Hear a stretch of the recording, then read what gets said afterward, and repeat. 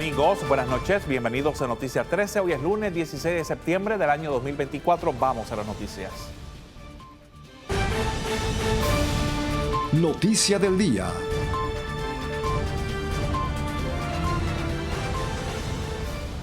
Una comisión del Colegio de Abogados estará fiscalizando los contratos de privatización de la red pública de la Autoridad de Energía Eléctrica. Veamos el informe. La nueva presidenta del Colegio de Abogados de Puerto Rico anunció la creación de una comisión que estará encargada de evaluar jurídicamente los contratos de Luma Energy y Genera PR. Esto con el propósito de fiscalizar la privatización en la Autoridad de Energía Eléctrica. He decidido nombrar esta comisión especial compuesta por los distinguidos abogados y abogadas con amplia experiencia en áreas de obligaciones y de contratos, así como también en asuntos energéticos y de política pública. La creación de esta comisión responde a la necesidad urgente de examinar estos contratos de Luma Energy y de Genera PR bajo varias perspectivas críticas que afectan directamente los intereses de la ciudadanía y los derechos que tienen como consumidores en este país.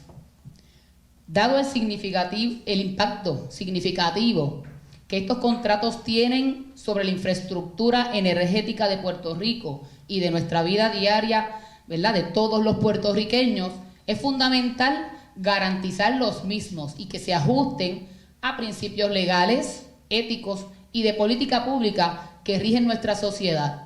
La comisión busca presentar propuestas y encontrar posibles consecuencias legales que pudieran dar paso a la solicitud de cancelación de los contratos vigentes e incluso violaciones en el proceso contractual. Es esencial, por esa razón, determinar si estas violaciones son de tal gravedad que invalidan el acuerdo desde su origen.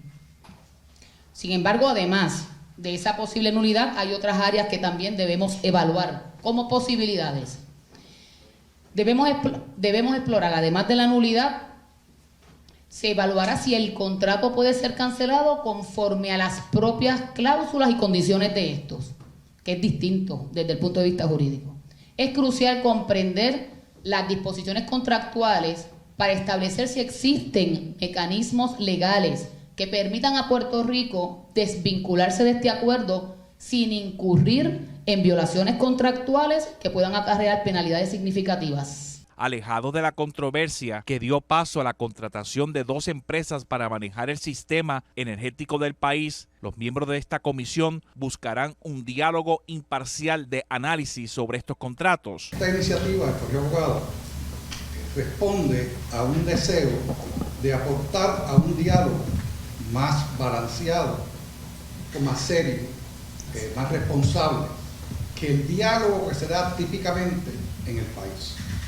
Independientemente de las mejores intenciones de las partes en el proceso político y personas impactadas por la situación, a veces el debate se da con más gritos que análisis, con más frases huecas que de contenido. Y el ejercicio del colegio, me parece que lo que quiere la señora presidenta y su junta directiva es que haya una aportación cualitativamente distinta que le permita a los que están a favor y a los que están en contra de las diferentes medidas tener una base común de cuál es el marco legal dentro del cual estamos operando. Y eso yo creo que es bueno en sí mismo, independientemente de que los políticos o quien corresponda, el negociado, lo utilice o no lo utilice. La aportación es para que el colegio, libre de prejuicios y de preconcepciones, dé una base legal correcta de cómo debemos tener este diálogo. Otra de las preguntas que podrían evaluar los miembros de esta comisión es si es posible cancelar el contrato con Luma Energy y Genera PR. Me parece que el examen que nos ha pedido la presidenta es un examen integral. Hay que ver primero si el contrato cumple con los requisitos básicos, que son de umbral, que tenga consentimiento, objeto y causa. Y el segundo tema es que no sea contra la ley, la moral ni el orden público, particularmente el orden público, que es el tema de los contratos leoninos. El otro asunto es que hay mucha duda y siempre me lo preguntan constantemente, ¿el contrato se puede cancelar? ¿Ese contrato tan importante es cancelable? ¿Qué pasaría si se cancela? Hay toda una serie de preguntas que se hacen todavía y que se podría dar una respuesta concreta y fundamentada. El otro tema es qué hay que hacer si se decide cancelar, cuáles son los trámites que se tienen que hacer para cancelarlo o anularlo y cuál sería el proceso que se tendría que seguir a la luz de los contratos para devolver las operaciones de la Autoridad de Energía Eléctrica a la dueña de las operaciones. Y en ese sentido es un análisis completo integral. Más allá de si el pueblo está a favor o en contra del proceso de privatización, existen ejemplos donde esa práctica ha funcionado, pero la pregunta, ¿era la vía correcta para corregir los problemas que enfrentaba la corporación pública? Es precisar cuáles son las controversias y cuáles no son las controversias. El concepto mismo de la privatización, uno puede estar a favor ideológicamente o no estar a favor ideológicamente, pero no hay duda que históricamente en Puerto Rico se ha estado haciendo privatizaciones desde la década del 40. O sea, el Hotel Caribe Hilton lo construyó el gobierno y el primer día se le entregó a la cadena Hilton para operar. Estamos hablando de 1949, hace ya más de 60 años, o más. Y nadie nunca cuestionó la eficacia y la eficiencia de ese modelo. Operó por un número de años hasta que entonces el gobernador Rosselló, padre, decidió vender esa propiedad que era del gobierno de Puerto Rico, administrada por Hilton, venderla. Pero el modelo funcionó aparentemente. De hecho, fue el primer Hilton International en todo el mundo. La privatización o no privatización del aeropuerto ocurrió hace ya más de 10 años y en un momento hubo unos choques, pero yo creo que la percepción generalizada, independientemente de que ideológicamente alguien apruebe o no el modelo de privatización, es que ha operado con relativa eficiencia versus lo que había antes. Margarita García, María Alicea, Rolando Emanueli, Zoé Negrón, Fernando Agaraid, Alejandro Torres, Julio Fontanet y Luis Santini Gaudier son los miembros de esta comisión. Este último indicó que el contrato tiene serios problemas, por lo que ahora sí será fiscalizado. Tenemos que buscar la evidencia. Y nosotros tenemos aquí que este informe que se hizo antes de firmar el contrato dice lo siguiente. En enero 11 del 2020 se votó por referéndum para otorgarle la buena pro a Luma.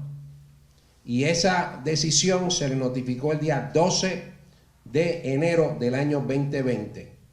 Y Luma se constituyó el 17 de enero del año 2020. ¿Cómo se le puede otorgar un contrato a una entidad jurídica que tiene personalidad jurídica propia si no existía? Eso es una de las muchas incongruencias que tiene este procedimiento con Luma. Y entonces yo les diría a ustedes que gracias a este comité, que vamos a hacer un trabajo serio y fundamentado y con evidencia, alguien va a fiscalizar a Luma. Antes de Luma. Yo estuve antes de Luma. Sí, pero esto es las alianzas público-privadas. Pero le pregunto, en esas discusiones de la Junta, donde ya se veía venir lo que venía, ¿verdad? Han pasado 3 años, lo que me duele es que tengamos que esperar a que veamos el desastre para entonces tomar medidas. No, nosotros siempre hemos levantado la voz. Y siempre, usted debe recordar que la Junta de Gobierno de ese entonces que evaluó el contrato de Luma, se lo leyó, dicen que en 43 minutos. Son unos fenómenos. Yo me tardé días leyendo este contrato, lo he leído varias veces, además del informe. Así que realmente llegó el momento de que alguien fiscalice a Luma. ¿Cuántas agencias hay? ¿Cuántas personas hay? ¿O cuántos SARES se van a crear? Y nadie fiscaliza a Luma. Llegó el momento donde nosotros hagamos una evaluación de los pros y los en contra del contrato, y si es necesario tomar una acción en contra de Luma, se tomará o se recomendará, porque nosotros no tenemos la facultad para tomarla. La comisión deberá entregar un informe inicial donde desde el ángulo jurídico evalúe rigurosamente las posibles acciones que tiene el pueblo y el gobierno para reclamar judicialmente por la deficiencia en los servicios prestados tanto por Luma Energy como de Genera PR. Desde San Juan, Kevin Cruz, José Ángel Cordero, Noticias 13. Elecciones. Amigo, retomando el tema de las elecciones, y es que el calendario electoral continúa sin cambios pese al volumen alto de personas que se reactivan e inscriben para participar en las elecciones del 5 de noviembre. A continuación la historia. A solo horas de que culminara el periodo para solicitar el voto adelantado, la presidenta alterna de la Comisión Estatal de Elecciones, Jessica Padilla, anticipó que no se alcanzarán las cifras obtenidas en los comicios del 2020, que sobrepasaron los 200,000, debido a lo que calificó como una campaña de descrédito contra el ente electoral. Esto en medio de los cuestionamientos que han surgido sobre su desempeño. Por otro lado, el comisionado electoral del Partido Independentista Puertorriqueño, Roberto Iván Aponte, solicitaba a la presidenta que extendiera el periodo de cierre del registro electoral. Aseguró que las dificultades encontradas en el proceso de inscripción han actuado como un disuasivo y un claro obstáculo para que los ciudadanos ejerzan su derecho a participar en las elecciones generales pautadas para el 5 de noviembre. Mientras esto sucede, la presidenta del PNP y candidata a la gobernación por el Partido Nuevo Progresista, Jennifer González, reconocía que la Comisión Estatal de Elecciones tiene un grave problema con su personal, ya que no da abasto para atender a los ciudadanos que han acudido a la Junta de Inscripción Permanente a reactivarse o inscribirse por primera vez. Tú me preguntas si Juan Dalmau sale electo, si al otro día viene la independencia. La realidad es que cuando Hugo Chávez llegó a Venezuela, con las mismas palabras que utiliza Nicolás Maduro, le tomó, y que usaba el Mao, le tomó unos añitos en lo que empezó a asesinar a gente, en lo que empezó a arrestar a gente y a suprimir el voto del pueblo. Yo no quiero que eso le pase a Puerto Rico, porque si esa...